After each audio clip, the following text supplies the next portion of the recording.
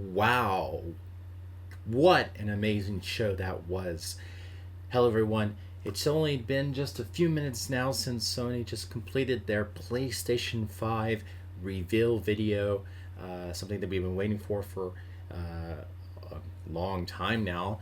And let me just say right now, I think I was absolutely blown away by what Sony showed. What an incredible hour and about 10 minutes that they put together. Easily one of their best presentations in a very long time. And we got a lot of surprises.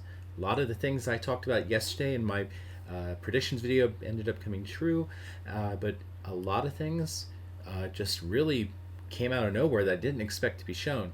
As I promised, going to talk about my impressions of today's show on what Sony showed and talk about what I got right and what I got wrong. First off, let's just go with a few things that I got right that I was really happy to see. I'm going to talk about, first of all, the actual PlayStation 5 system. That actually was unveiled. I thought it would be unveiled at the beginning of the show, but they waited till the very end to show it. It has this really interesting futuristic looking design. Some people have called it as it looks like it's something from like 1990s or 2000s computer design, like a router looking device. Personally, I like it. I like the idea that it's a curved system. It has the different colors, the white, the black, and the white in it. It looks really nice. It looks like something that I would want on my shelf. I like that they're going a different route than Xbox, with Xbox's giant square monolith. Sony always tries to do something different with their own designs, and I think it really showcases a continuation of the PlayStation brand going into that sort of direction of having something that's not necessarily conforms with other devices, that they go on their own route. I thought the color situations were interesting. Obviously, we knew with the controllers that white was probably going to be the main console color, and it is. The sides are white, and the middle is black. Kind of gives me a little bit of a feeling of the old original PlayStation 1 when it was a gray color. So, personally, I like it. I also like the fact that they are going to release apparently two versions of the PlayStation 5. One's going to be a disc-based version that's going to have 4K Blu-ray capabilities, and they're also going to release a digital version as well, so you can only on that one buy digital games. But there's not a lot of details so far. Other than that, obviously no price was announced, as I expected. No release date was announced. But I'll tell you what, I definitely am looking at that disc-based system because of the backwards compatibility. But what we also want to talk about here is most of the games. Man, there was some amazing stuff announced and some really big surprises. I have to be honest with you, I was a little worried when they started the press conference, because they started off with this PS4 montage, obviously talking about the history of the PlayStation and then showing off what the last generation has showed us. And then the very first game they showed after that was Grand Theft Auto 5. They announced that Grand Theft Auto 5 was coming to the PlayStation 5. And my first feeling about that was, well, that was a PlayStation 3 game originally. I mean, really? You're going to start conference with Grand Theft Auto 5? That just sounds weird. Why would they do that? Although, admittedly, there was a lot of stuff in there I'd never seen in Grand Theft Auto before, and they said that it is going to be an enhanced version and expanded, so I guess that means there's going to be some new content. Hopefully, we will find out more in the coming days and coming weeks ahead. But it's going to be an interesting thing to see what happens with that. But then after that, they just went all out on the PlayStation 5 titles. And they made a big deal talking about that all the titles were shown off of PlayStation 5 hardware.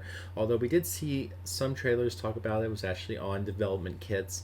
And while there was a lot of gameplay shown, there was also a lot of cinematic trailer stuff shown as well. So it was a big mixture of actual gameplay and actual cinematic trailer. More so, I think, than Microsoft showed, at least from what I saw. So I'm mostly happy with that, though. I would have liked to see more gameplay, and I felt that even a couple games where they talked about, oh, we're showing you gameplay, I was like, that didn't look like gameplay. That looks like just cinematic cutscenes put together. That's just one thing that I just came up to me and that bugged me at first.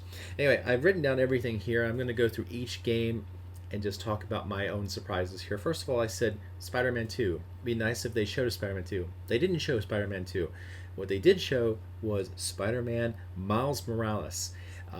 Now, we don't know if this is a bridge game or actual sequel to the Spider-Man, original Spider-Man game, but obviously it is the next chapter in that story. And Miles Morales is a very popular character in the Spider-Man universe.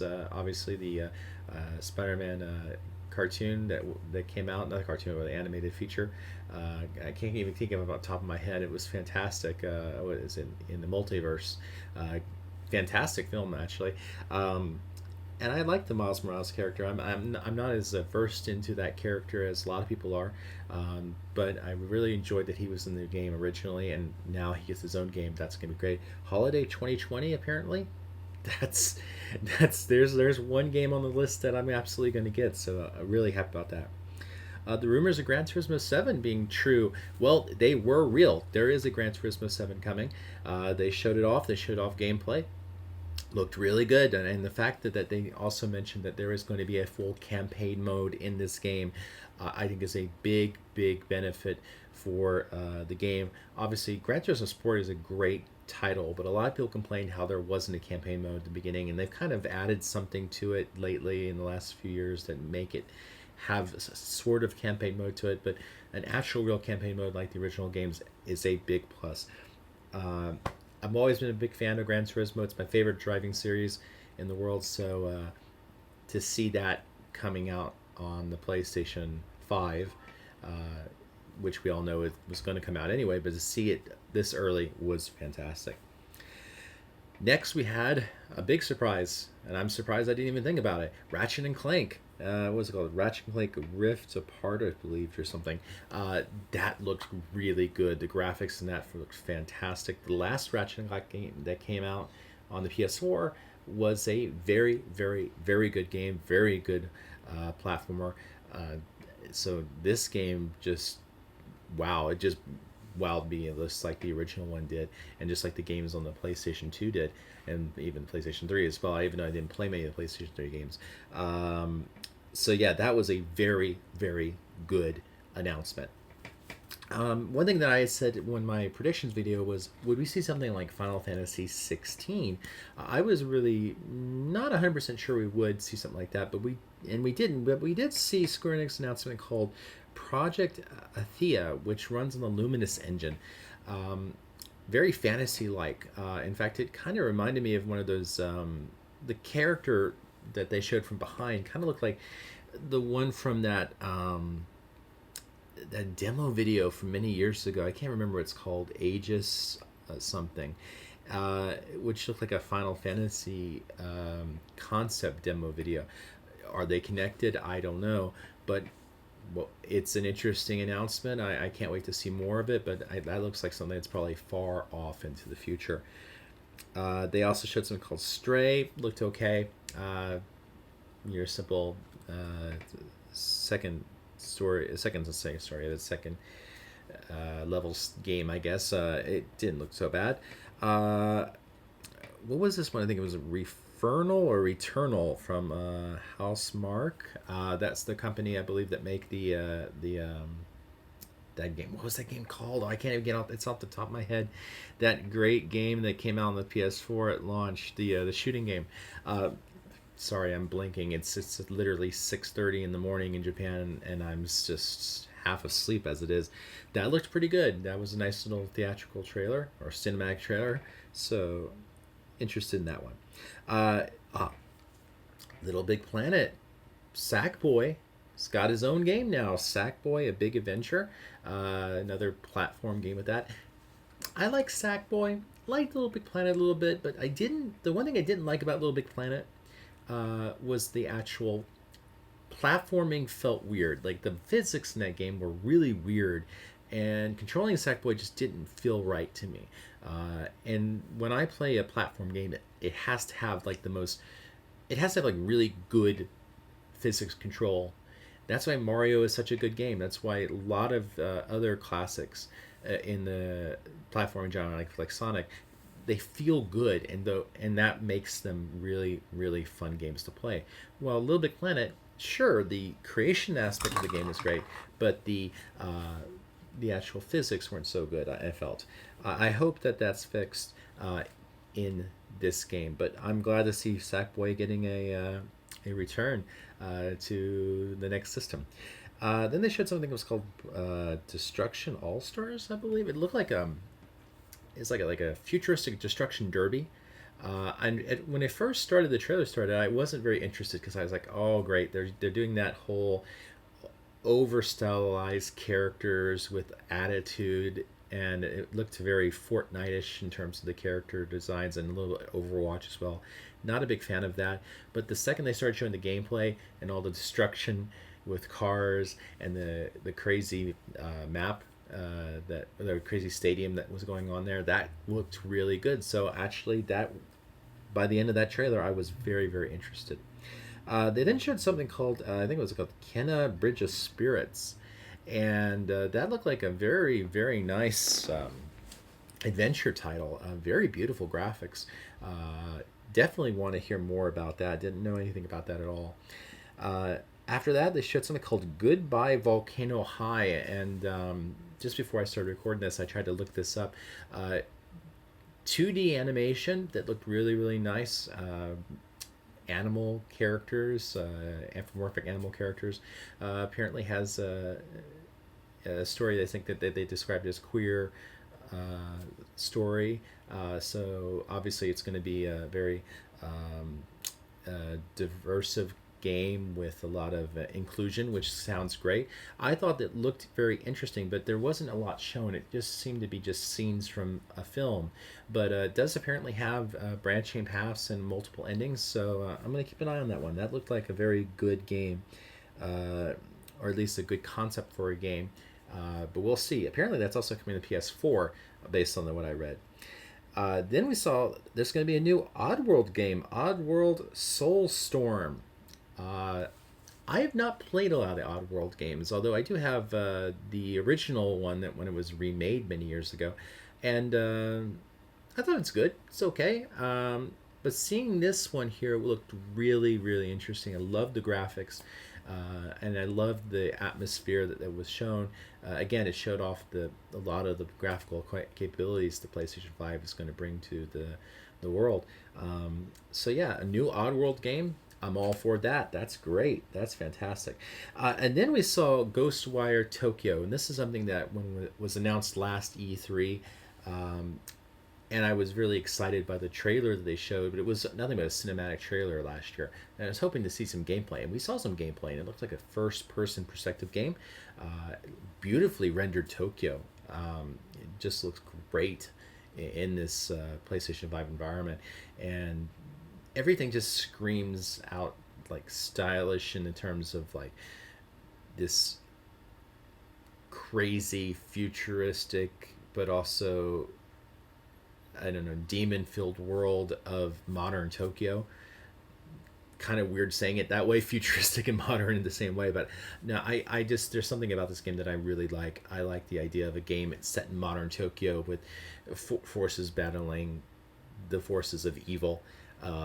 That's something that I always enjoy. So absolutely excited about that game, and glad to see that it definitely still exists, because there was a lot of worry since the unfortunately I forget her name. I think it was Ikumi Nakamura or something. The woman who presented the game, who was responsible for a lot of the designs of the game. She also worked on classic games like Okami and Bayonetta. She left the company only a few months after her big unveil of the game at E3 last year. So there's a lot of worries about that game, whether it was still going on, but thankfully it's still there. Then they showed what was it? The Jet, the Far something, the Far Star, or so, I can't remember the exact name. It looked like a space exploration game, which looked kind of fun. I love space exploration games, going to other planets. So, but we didn't see a lot of that. So hopefully we will soon. So that really looked interesting for me. Godfall doesn't do anything for me. Uh, Gearbox is always hit or miss for me, and just looked like another hack and slash game with characters that just don't look interesting. I'm sure there's people that are going to really like that game, and but even when that was announced, I just wasn't that excited about it. So there we go. Solar Ash. Don't remember much about that one. I think that was the game that was from the, if I remember correctly, from the people that did. What was it? Hyper Light Drifter. And if that's the one, then that would be cool to play because Hyper Light Drifter is a great one. Hitman 3. Hitman. Uh, I've only played a little bit of Hitman, and it's a interesting and cool game, especially if you're into stealth games where you can basically do whatever you want to fulfill your assassination missions. Always cool to do. Um, Glad to see it. I didn't like, however, that when they said, I want to show you a bit of gameplay, they did at the end where they said, show us get a gameplay, and it was just multiple shots from different angles, which made it look like a cinematic trailer. It didn't look like an actual gameplay trailer there. So that was disappointing, but still, Hitman 3 is good. What's the next one? Astro's Playroom, another Astro bot game. Those have been absolutely fun on the PlayStation 4, so getting a new one, I'm all in for that. So that's great. This one interests me. Little Devil Inside. This was a very stylistic game. At times it looked like a cartoon from Europe, and then other times it had this like really fantasy aspect. It kind of like, I don't know how to say it. It kind of implied like it happens inside a person's body. I'm not sure, but the gameplay looked very interesting. It's sort of wonderful, uh, cartoonish graphics style with this, you know, interesting, almost like indie look to it as well. So that was something that I was really interested in. NBA 2K21, I think that was Zion Williamson of New Orleans Pelicans, introduced the game, and they basically just showed a video of him in the game, just doing like practicing on a court, uh, just by himself. It looked really, really good and showcased the graphical capabilities of the system. However, it would have been really nice to have seen actual gameplay of the game and not just one player doing a slam dunk. Because, yeah, those games, when they show those videos of what is possible, later on when you see what the game actually looks like, it's pretty different. But the NBA 2K series, very popular and usually does very well. I mean, always does very well, but usually it excites me sometimes because I do like basketball, so I'll keep an eye on that one. Uh, Bugs Nax, I believe that was from Octodad team. Don't know how I feel about that one. Very kiddie-like game. Could be exciting, but yeah, I actually only just got Octodad recently, so I don't know what to think about that one. Then came the big one for me, the big announcement, and it sounded like this could have been the last announcement of the day, but thankfully it wasn't. The rumors were true. Blue Point Games were making a Demon Souls game, thank goodness, and Demon Souls is back. A remastered of Demon Souls for the PlayStation 5 looked phenomenal, looked wonderful, looked so good. Demon Souls is my favorite of all the Souls games. No matter what, it was Dark Souls or Bloodborne or even Sekiro, or even all the other companies that make games like it. Demon Souls was the original, and it's still the best. So I'm glad it's coming back for people to play on the PlayStation 5. Bluepoint has done a fantastic job bringing games back, and this one is going to be a wonderful title to play, no doubt about it. Next, we saw this game. I think it was from Bethesda. It looked really interesting, called Deathloop. It was this sort of game where you're trying to break out of a loop of dying, where you're supposed to, like, you're on like some island and you're supposed to kill certain people, but you always die because there's another assassin following you, but you keep going back in a loop over and over again after you die. That, it looked interesting. I actually kind of want to play that. I like the stylish aspect of the game. Kind of reminded me a little bit of We Happy Few, not necessarily in the graphics or anything, but just the style felt very different. There's something about it that just really stood out. Very spy-like, um, very unique title there. So I was glad that it was shown. The other Bethesda games we thought might be shown were not. So a little disappointed. Uh, Resident Evil 8 Village. It is real. It was real. It was shown. Really liked what I saw. Really liked the aesthetic of that. Obviously, the graphics look fantastic. With frame rates looked a little bit off, but hey, that's a game that's not coming out for a while. A lot of time to get working on that, but it's great to see that there's another Resident Evil game coming, and it actually the rumors came true. I'm very happy about that. I think the next game was Pragmata. This was a game looked interesting. At first, I was like, it looked like it takes place in New York for a second, and there's this spaceman, there's this young girl. Next thing you know, they're on the moon.